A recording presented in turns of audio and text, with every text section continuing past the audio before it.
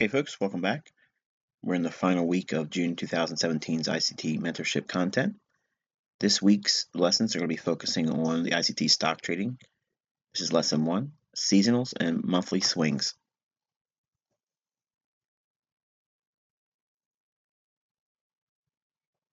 Okay, folks, Dow Jones Industrial Seasonal Tendency, and this is credited to Moore Research.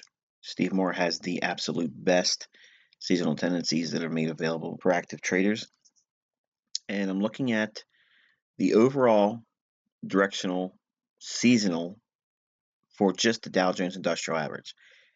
Now, you can go crazy and try to look at the NASDAQ and the S&P 500, but the simplest thing for me to do was to simply look at the Dow Jones Industrial. Now, it's a small sample size of 30 stocks, 30 blue chip companies, some of the biggest companies in the North American continent. So they're publicly traded, and if they're doing very well, generally the S&P is going to be doing very well. And NASDAQ, while it's heavy in tech, it can still be a very good barometer in terms of what the stock market as a whole should be doing. Now, personally, I believe that the seasonal tendency is very closely mirrored to that of the S&P 500. For S&P 500, I think is a more accurate depiction of what the stock market is doing. So we'll always refer to what this general, basic, generic seasonal tendency is implying, but we'll be using it with the S&P 500 also in later lessons. That way we can filter out the strengths or weaknesses in the averages to bolster either confidence in higher or lower prices. Okay, the first thing I want to bring your attention to is there's 3 divisions in the year when it comes to stock trading, and there's a lot of people that try to trade stocks a lot more actively than they should. A lot of folks try to invest in stocks more actively than they should, and a lot of people think they know something about stocks when they don't. So just this lesson alone will put you in the front of the pack as it relates to equities trading. The first half of the year, there's generally going to be a large or high magnitude period. That means there's going to be a lot of volatility, but it's going to be directionally driven. Generally, it's going to be bullish. The second portion of the year I want to talk about is the last quarter of the year, and that's generally and primarily a bullish time of the year as well. I've spoken many times in extensive detail about why the last portion of the calendar year in the U.S. is so strong. It's because it's laden with holidays and year-end spending has to come in. So it's going to cause a lot of energy, and you can see there's a very strong contrast to the magnitude and the velocity at which it goes higher in the later portion of the year, in contrast to the first portion. So that's the first and the second segments of the calendar year for stocks. The last and most critical one you need to understand is this portion in the middle. This whole area right in here that's boxed in, this is what is referred to as low magnitude period. And it begins in May and it ends in October. So May to October, generally you're going to be seeing a lot less directionally driven markets. Now, it does not mean that you won't have short-term directional biases and or opportunities. It just means that if you're going to be trading, do a lot less leverage. If you're going to be trading options, do a lot less activity. Don't be so aggressive during these periods of the year. You have all the summer months. You'll have seasonal lulls in spending because a lot of people are looking to spend money in vacations and other things like that. So there's going to be a lot of cyclical things that take place and non-cyclical things that take place yearly. Main thing is during these periods or these months, you want to be looking for a range-bound consolidation environment overall. Now, they're individually going to have their respective seasonal tendencies month by month, but you primarily want to focus on being a trader from October to the end of the year and from February to May. All right, Dow Jones Industrial Seasonals. Okay, we're going to be breaking it down month by month. So seasonal influences per calendar month for the Dow Jones Industrial. January typically is going to be a bearish month. February is typically going to be a bullish month. March generally is seen as a consolidation month. April typically is a bullish month. May is typically a bearish month. And June is a consolidation ending with a bearish tone. July is bullish into the mid-year high. August is generally seen as a consolidation month. September is split between the first half being bullish and the second half being bearish. October usually makes the final quarter of the year's low. It can happen in September as well during that second half of the month of September. So while it's bearish, it may drop down, make a seasonal low there, or in October, it could make the low and trade aggressively higher.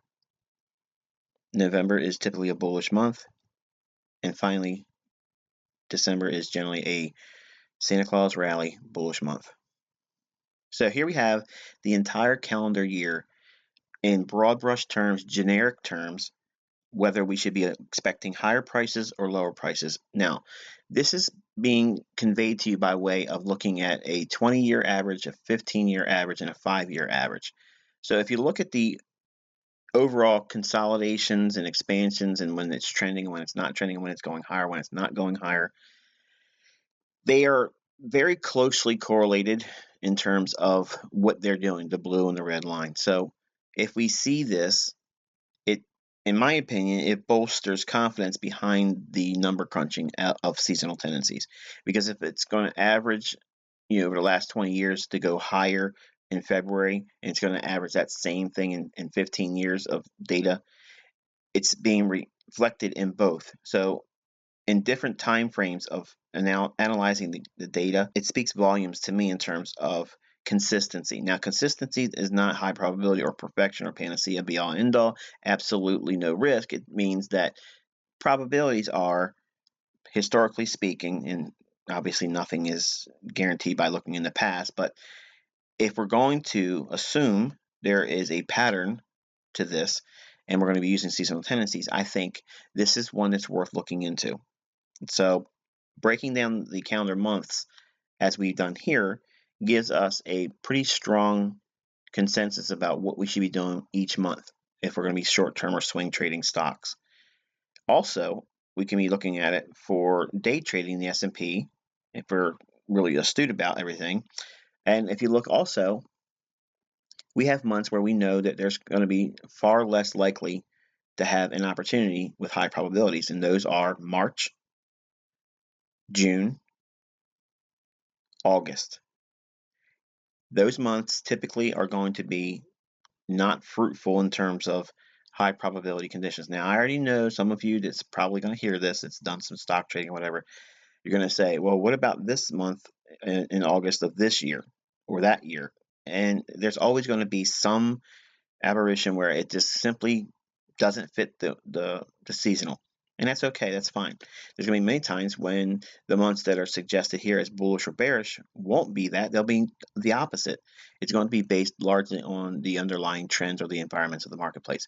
But because the seasonal tendency is really highlighting the underlying tendency for stocks to be purchased, bought, and held, then it's obviously going to show the strongest buy side seasonal tendencies.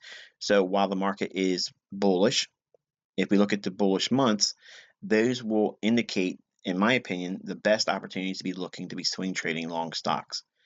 Now, the bearish months, what we would be looking for is even during strong periods in the last 20 years or so, when the stock market's been going higher, if we see that there are typically months in the year, like May generally is a bearish month, and the second half of September is generally a bearish month, those, and January as well being a bearish month, those months, if they are bearish even in underlying bull markets, they could spell aggressive selling in bear markets. So if we focus on those months when the market's generally going lower or the tide as a whole is moving lower, that could actually become really supercharged short selling months where we can be looking for sellers in weak stocks or bearish on S&P trading.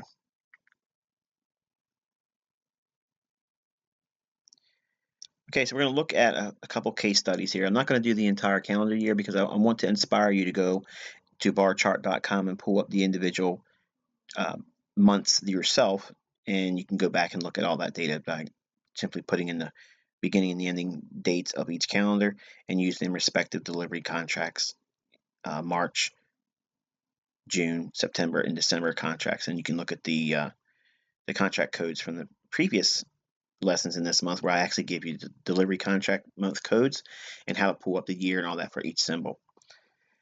So we're looking at the first one here, and that's going to be seen for the month of February. And we obviously knew, looking at the previous slide, that February generally is a bullish month, seasonally speaking. So on the chart here on the right-hand side, we're looking at major stock averages. The top chart is going to be the NASDAQ. The middle chart is going to be the E-mini S&P. And the Dow Jones is seen at the lower end. And I'm using the futures contract just to show the representation of it. It doesn't have to be the futures chart. You can use the cash prices. It's still going to speak the same thing. But I want you to look at the 2nd and 3rd of February. You can see that the NASDAQ made an equal low while the S&P and the Dow failed to go to that equal low and actually made higher lows. So that's our criteria that we look for. We want to see strong tendencies to see an unwillingness to go lower, and there's our index SMT that we looked at during the S&P trading content. So we see the indices starting to show signs of smart money accumulation. And even later in the month, during the period of the 6th to the 8th trading day, you can see that the NASDAQ made a higher low, the S&P made a lower low, and the Dow Jones made a slightly higher low. And then we saw another movement higher across the averages.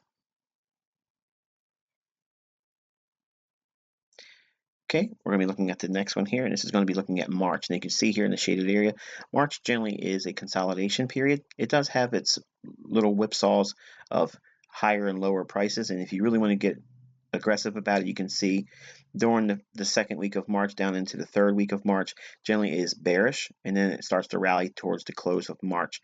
And you can see that generally communicated here with the index divergence as well, with the NASDAQ making higher highs and the S&P in the middle making lower highs, while the Dow Jones futures was making lower highs as well.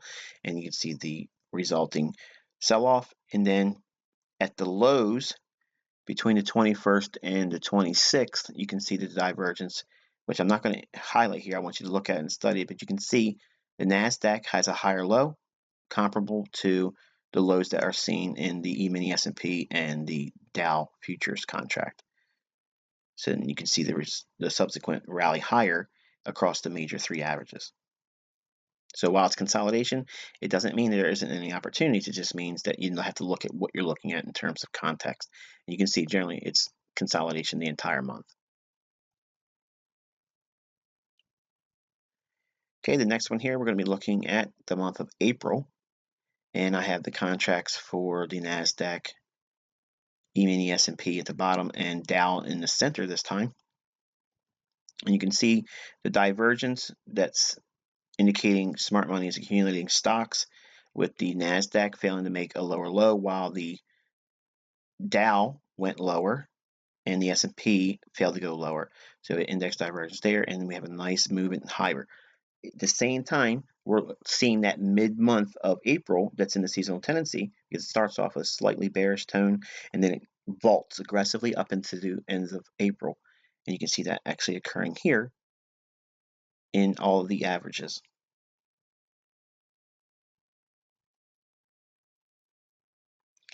Okay, our final example here, we're going to be looking at the month of May, and that's seen here seasonally on the left-hand side.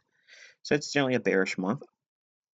And you can see, looking at the averages on the right-hand side, the E-mini S&P is the top chart this time. It makes a slightly higher high, while the Dow futures fails to make a higher high, and the NASDAQ does in fact make a higher high. And we have a sell-off into the midpoint, almost the third week of May, and you can see that little flurry higher in the seasonal tendency on the left-hand side as it goes into the close of the month. And that same thing is being seen here in May as well.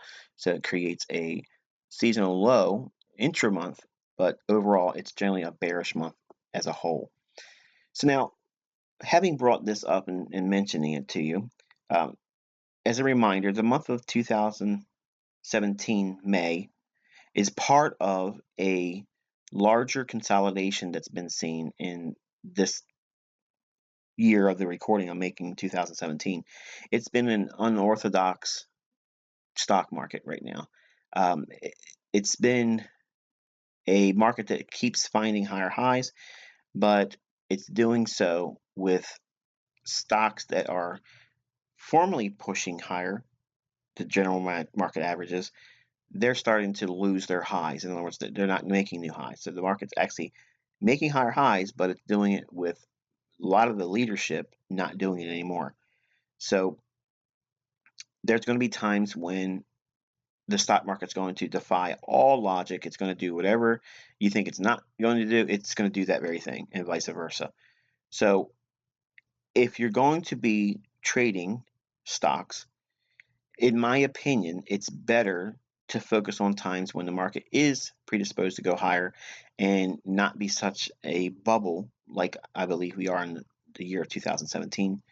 I think that if you are going to be a trader that uses investment ideas like IRAs or um, retirement accounts, if it's possible for you where you live globally, if you could do it as a self-directed medium and trade your own choices and your own selections about what stocks you should be in and when to get out, doing that, I believe, will supercharge your return. And you're not going to have someone do any better job than you in terms of caring about your money.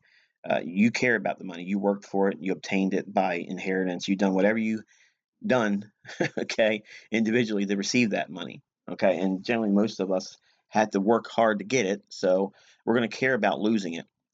Folks that are at these firms that supposedly are, um, you know, looking out for our best interest, they aren't really looking out for your best interest. And contractually, they're not even obligated to do that, surprisingly, when you go look at it closely.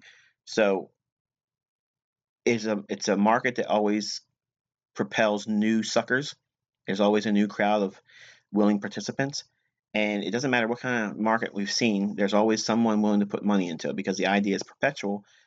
Invest for the future, invest for tax deduction, the tax deferment, all that stuff, and you all retire rich at the end. And then we have these major stock market crashes and corrections and all these things. And many times people may have had a lot of paper profit, but something happens along the line. They don't have nowhere near as much as they thought they were going to have, or at one time. So, as an investor in stocks, I still think that you need to be a trader in stocks. There's times you want to be in stocks and times you want to be out of stocks. And we are focusing with this teaching here in this entire week of presentations when it's ideal based on past information. You're looking at it cyclically, seasonally, and statistically where things usually come to fruition. So if we can focus on those little sweet spots, if you will, for investing in stocks, it, if anything, will at least hopefully be advantageous for us to do so versus just trying to buy stocks because Jim Cramer or somebody else on the television tells us we should be doing so. That's not an idea that should be followed. So if we do things in our own analysis and we get to the outcome that delivers a consistent return that outpaces and outperforms the market, which I believe the concepts I'm teaching you this week will do a better job than the general averages. Okay, there's a lot of misnomers as it relates to what the stock market average return is per year because of all these number crunching things. Just forget all that. Don't even have an idea what you should have in terms of return because you're probably going to do well different than what you thought you were going to do. And many times ideally, you'll outperform what your lowest expectation was going to be, and maybe even your highest expectation some years. So as we go through this week's material, just understand that it's aimed at, number one, providing another asset class to use if it is interesting to you, or if you have a medium where you can do retirement accounts and you can do it as a self-directed medium where you're picking and choosing when you're getting in and what stocks you're owning. The other lessons by looking at stocks will be covered in an additional video that will be after the 5th lesson. So there'll actually be 6 videos this week. So you'll have 6 videos for this particular week, and then we'll close out the session for the month of June. But I'm confident by the end of this week, you'll know a lot more about stocks than the average person does. Certainly everyone on YouTube that's supposed to be making money and getting rich on it. So until our next lesson, I wish you good luck and good trading.